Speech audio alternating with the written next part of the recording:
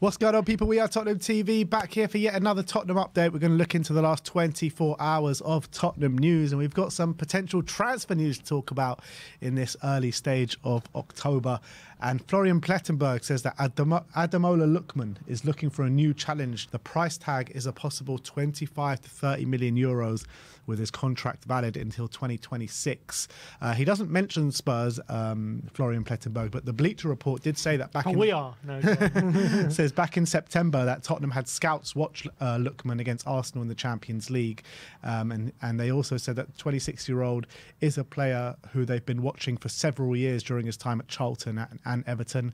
And they also say that Newcastle, Arsenal and Liverpool have also had looks at him. So, look, not exactly the most strongest case for Lookman to join Spurs, but... we linked to it a number of times over the years, haven't we? Exactly. So, like, on the face of things, if he is looking for a move in the winter, 25 to 30 million. He obviously had a starring role in Europe last season. Do you feel like he's a viable option? Would you like to see him through the door at Spurs? Dare I say it, but throw him to Werner. I mean, pretty much there's a lot of wingers you could say that for. I like Lookman. Obviously, he scored that hat-trick in the Europa League final. Absolute dynamite. I think last season, 18 goal contributions in Serie A for Atalanta. Season before that, 19 goal contributions. So he's really found himself out in Italy. Yeah. He was at a few clubs, wasn't he, in the Premier League? He was at Fulham for a bit. He was at Everton for a bit. I think there was another one in there. I can't Charlton. But was there another one in the Premier League, I think? I'm not sure. But I think he's a player who has clearly got a lot of confidence at the moment. It was Leicester, Fulham and Leicester, Everton, that was it. Leicester was the other one. And he never really did it at either of those clubs. Like, he kind of showed like signs of quality, but never really did it consistently.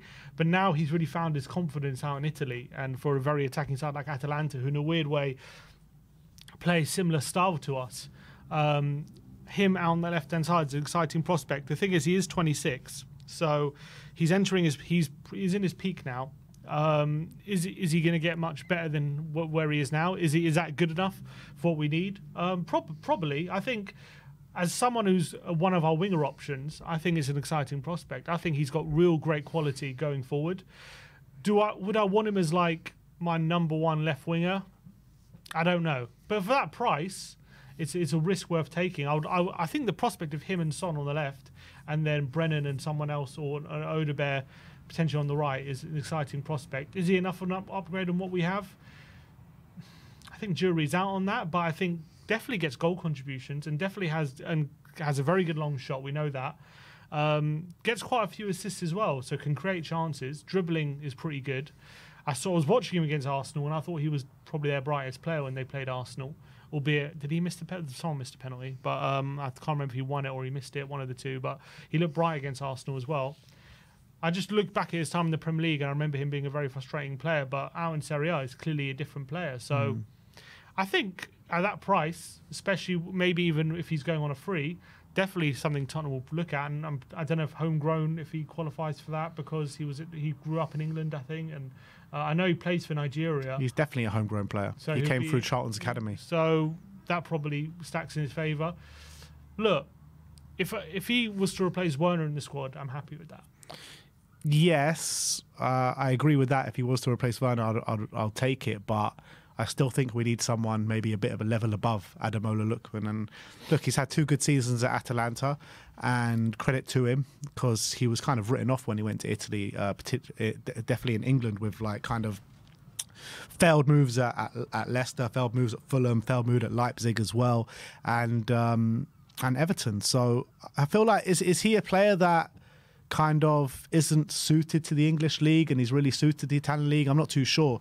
And I have seen him play a couple of times and I was impressed, but I just get the feeling that if we were to get him, he'd be very frustrating, and I would kind of just want us to go for like a level above and splash out a bit more potentially. I kind of feel like he's found himself in Italy, and I agree, he was frustrating in England, but I don't think it's because he wasn't suited, because he showed flashes of quality in England. I just feel like sometimes these players, they need to find the right club, they need to find the confidence and find their way in the game, and I think he's done that now at Atalanta, and you can see they're reaping the benefits. As I mentioned, that brilliant final hat-trick he scored. What a hat-trick that was, one of the best hat-tricks I've seen, especially to do that in a final on such a big occasion against an amazing what was it, Leverkusen team he scored it against as well. So that is no mean feat, and that should not be sniffed at. And maybe maybe he's finding that consistency, but he's not young. He's 26, so it's a good age. It's a good age, but it's like he's in his prime now. Is he going to get much better? Is this his peak, or is he got levels to go? That's a different question. I mean, at 26, you would assume that you've still got a couple of years of improvement at least. Maybe. I think you're in your prime pretty much. Obviously, look, every player, everyone can improve at different rates, of course. And clearly this has been a player who maybe he's improved a bit later on than some other players. I mean, you would say, like, you could get, like, from a general basis, your prime is like 26, 27. He's probably at the early stages of his prime, you know what I mean? You could probably get like 2-3 really good years out of him if you were to get him. Good for him and good at the level that he's at. I'm just not sure if he'd be a success here. I just question it. He might do, and he might bring the form from Atalanta here, but I don't know if he's just found a league where he's just really kind of settled and suited into. I don't think it's the league. I think he can do it in the Premier League. I just think he needed confidence, and I think he's got that now. Well, we'll see what happens, but 25 to 30 million for a player that what he's done the last 2 years is a really kind of modest figure, isn't it? It's an interesting prospect to do that, yeah. Next up, we're going to talk about a player called Javi Puado of Espanyol, and it's Dario AS says Tottenham are targeting a move for Espanyol forward Javi Puado, who is out of contract in the summer. Several other clubs, including Sevilla, are interested in the forward who've made a promising start to life back in the Spanish top flight. Mucho Deporte say that Tottenham have already inquired about the Spanish star. It's suggested that if Spurs or any other Premier League club of that matter were to make a firm approach for Puado, Sevilla would be unable to compete for his signature. An interesting one because he is a natural winger, but he has been playing up front this season. He's got goals, I think 3 in 4 games just from the number 9 position, but 3 or 4 goals all season. He's got an XG of 2.4 per game, I think. 2.4 throughout the whole season. 2 progressive carries per 90, 1.79 shot creating actions per 90, and he's having a really strong season out in Espanyol, and his contract is up at the end of the season.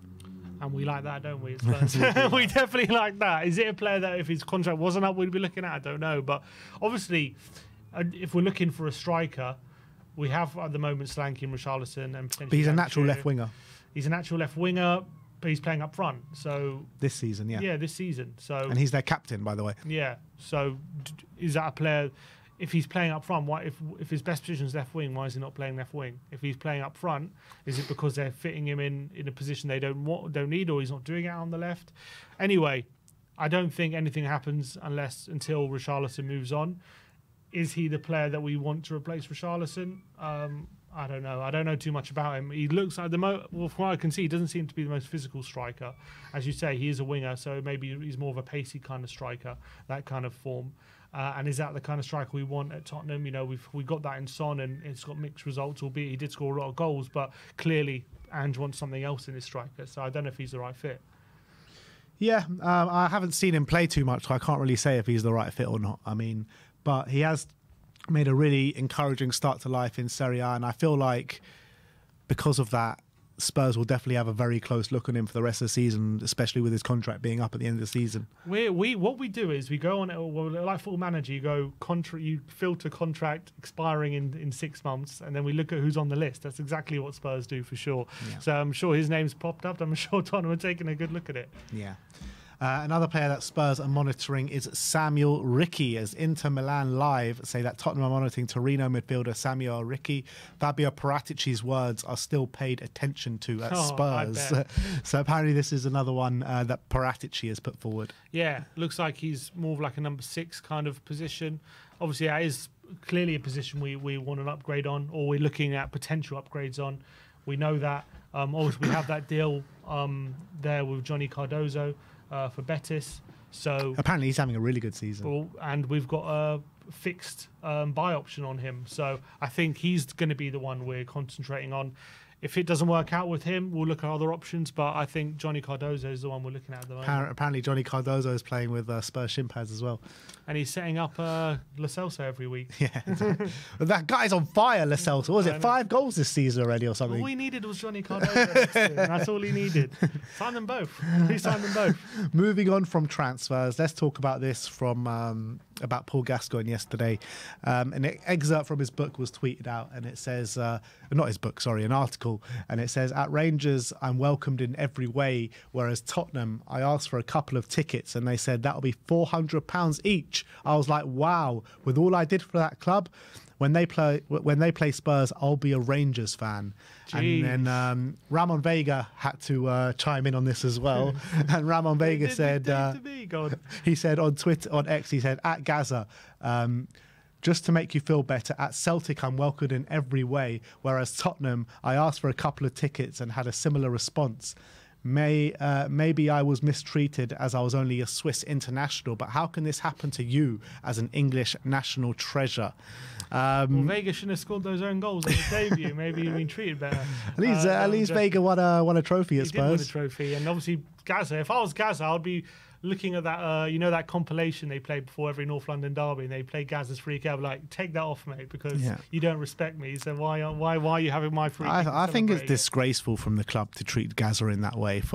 He did so much for the club. He's one of the most iconic figures to play for Tottenham. He should have an open ticket. He literally should. Like, I think it's an absolute disgrace for whoever it is to make that decision, Daniel Levy or the hierarchy at Spurs, to try and charge him £400 to go and watch Spurs play. I mean, he should just be. They should roll out the I wouldn't say red carpet. They should call out the lily white carpet for him. You know what I mean? The guy is an absolute legend at Tottenham.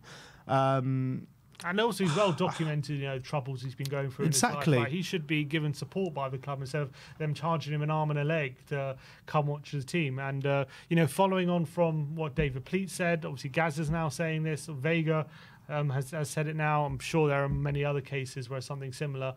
It's not a very good look on Spurs, that's for sure, the way we treat our legends and the way we treat people who've done a lot for this club. And obviously Paul Gascoigne was in the team when we last won an FA Cup. It's been that long ago. It's his goal against Arsenal why we won that FA Cup. Exactly, and he was a major part of it. And he's obviously so well remembered at Spurs. Everyone remembers. For some people, he's the best player to ever play for Tottenham. For some people, and in terms of just how he was on the pitch back then. Obviously, we're a bit young for that, but I've seen clips and I've seen how good he was and what a player he was. And for Tottenham to charge him, not even just like a cost price, like £400. I'm guessing they're putting him in a box or something, but £400 for a ticket to come watch a team he was a legend at.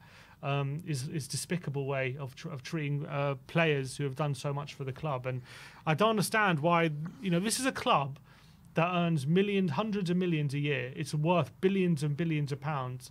It's one thing where they charge extortionate prices to the fans, which is disgusting in itself, where they hike the prices just to earn a few extra 100,000 or extra mil here or there, which really doesn't make that much of a difference to them.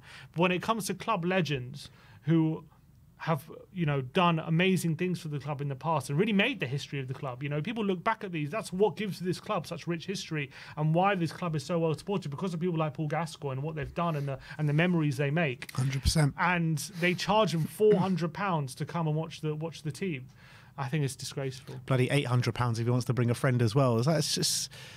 It's just like, he doesn't do himself any favours, Daniel Levy, does he? It just seems like when it comes to these kind of things, with the Brad Friedel story as well, in terms of having to pay for his own shirt from the club shop and all this kind of stuff when he was playing for the club. Nido taking the economy flight. You know what I mean? It's just one thing after the next. It's like, you can't make this shit up. Like any other club in world football, pretty much, probably, that are the size of Tottenham or similar size to Tottenham, will welcome their legends back with open arms. They'll be delighted to see them back at the club. They'll say, yeah, you come and sit here, no charge whatsoever. The fans would love to see you back there. They'll make a whole song and dance about it. But Spurs, they're just like, nah, £400. I bet you don't get it. If Gazza's going to want to see, then Ledley's going to want to see, then Klinsmann's Ledley gets a seat every week for free. He's on Robbie the payroll of the club. club. Going to want to see, and it's too many legends. You can't give them all seats. It's an absolute disgrace. You don't get it. I just think, I don't understand how much is costing Levy to treat his club legends with respect. I don't get it. I don't get that it's costing him that much that he just can't do it. It's ridiculous. But they get a Michelin star meal with it, like surely £400. And they get 50% off the club shop. Ridiculous, absolutely ridiculous. From the like only this season alone, you've already had the Davy Pleat thing and now the Gazza thing. Like it's absolute madness. And also Leaving is a shape up. They get a dead Skywalk loyalty card as well. And one free round on the F1 go-kart track as well. If they go to the Dare to Skywalk 10 times, they get a free go. This club, man, this club. Disrespecting legends is just unbelievable. But let's talk about the internationals last night. Dejan Kulusevski played 90 minutes in Sweden's 3-0 win over Estonia. Captain the side, another assist to his name and another top performance from Deki, who was in a front two with Victor Gyökeres last night. Yeah, lovely assist as well, if you saw it. Yeah, I did. Twisting inside the box, just laying it on a plate for Gyökeres, who obviously buried it. Shame, given, I think last time he played Estonia, I think he got like 2 goals or an assist, or 1 or 2 assists and a goal. No, he didn't score. I was looking at the game actually last night. He didn't score. I think Gyökeres got 2 and Isaac got 1. Well, it was one game. When was it? Was it not Estonia then? I think it wasn't. Maybe it wasn't the Nations League. There was definitely a game. I think it was Estonia where he definitely scored. But it wasn't the last game. Maybe it wasn't the last game, but look, he clearly played very well. I've watched looking at his stats as well. I think a few few chances created, seemed to be on his game again. Winning his duels. He just seems to be thriving every game in this central area, contributing every game. So, look, carries on his good form. Wales played Montenegro and beat them by 1-0 with Ben Davies captaining the side and a clean sheet performance at left back playing 90 minutes. Obviously, Brennan Johnson was suspended and he obviously had a knock as well. So I'm not sure if he would have played anyway, but good to see Ben Davies back out there at left back and helping his team to a clean sheet. Yeah, fantastic. Obviously, Montenegro, not the best team, but they got the lead. And so he wasn't playing centre-back this time.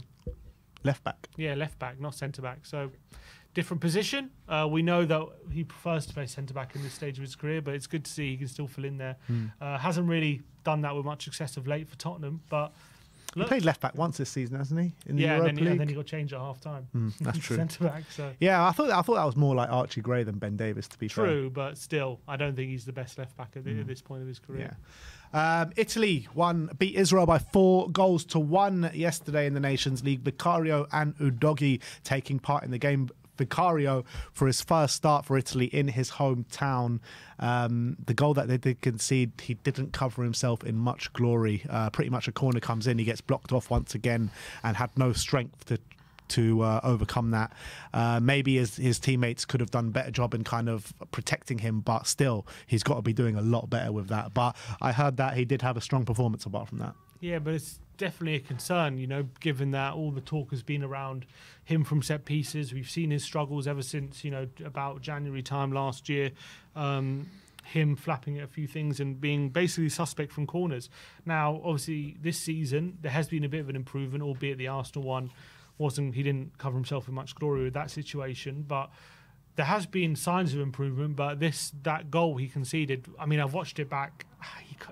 It's really poor from him. There's no other way of saying it. All the Israeli defender, whoever it was on him, all he does, he backs into him a bit, but he just has to be stronger.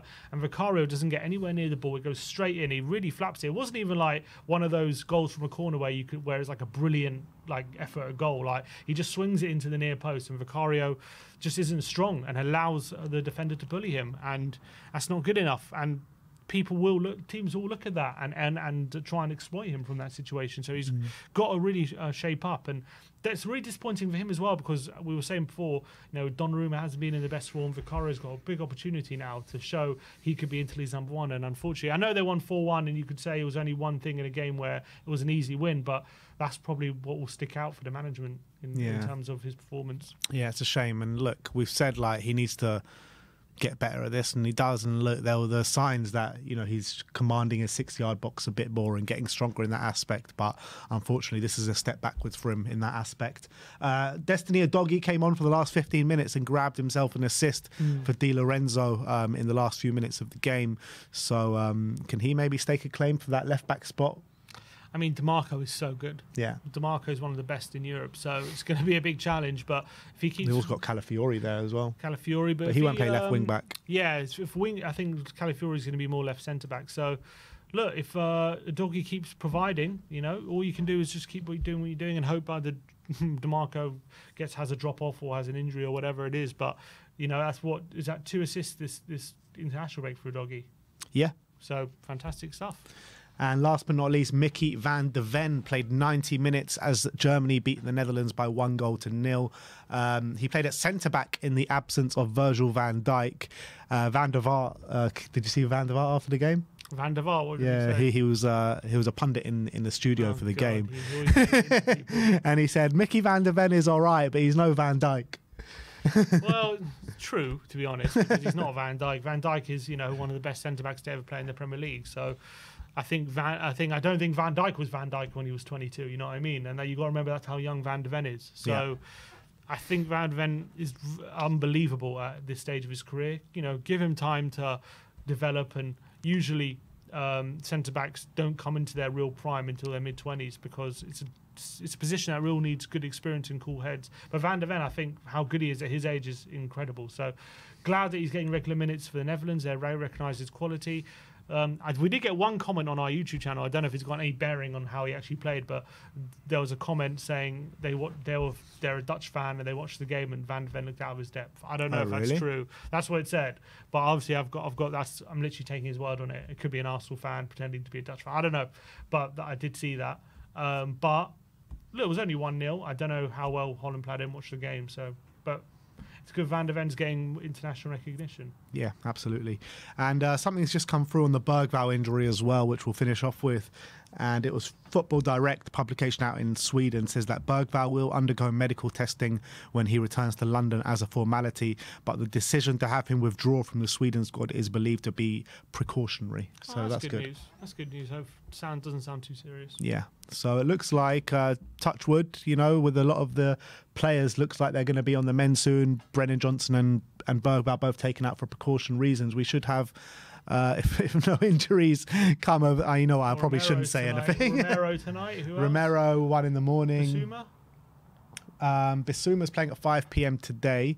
Pape Sarr, by the way, started in the 2 o'clock game for Senegal. Mikey Moore and Leo Black played this morning against France. Dragoshin plays against Lithuania. Porro plays against Serbia. Gray and Scarlett play against Azerbaijan. And Romero at 1 a.m. against Bolivia. So a long way to go. How's Sarr getting on? As we might as well check. It's still 0-0. How long to go? 15 minutes. Yeah. 7.8. He's the best player on the pitch, though. Come on, Pape. Best player on the pitch with 15 minutes to go. 9 out of 12 ground duels. 5 out of 5 aerial duels. 3 tackles.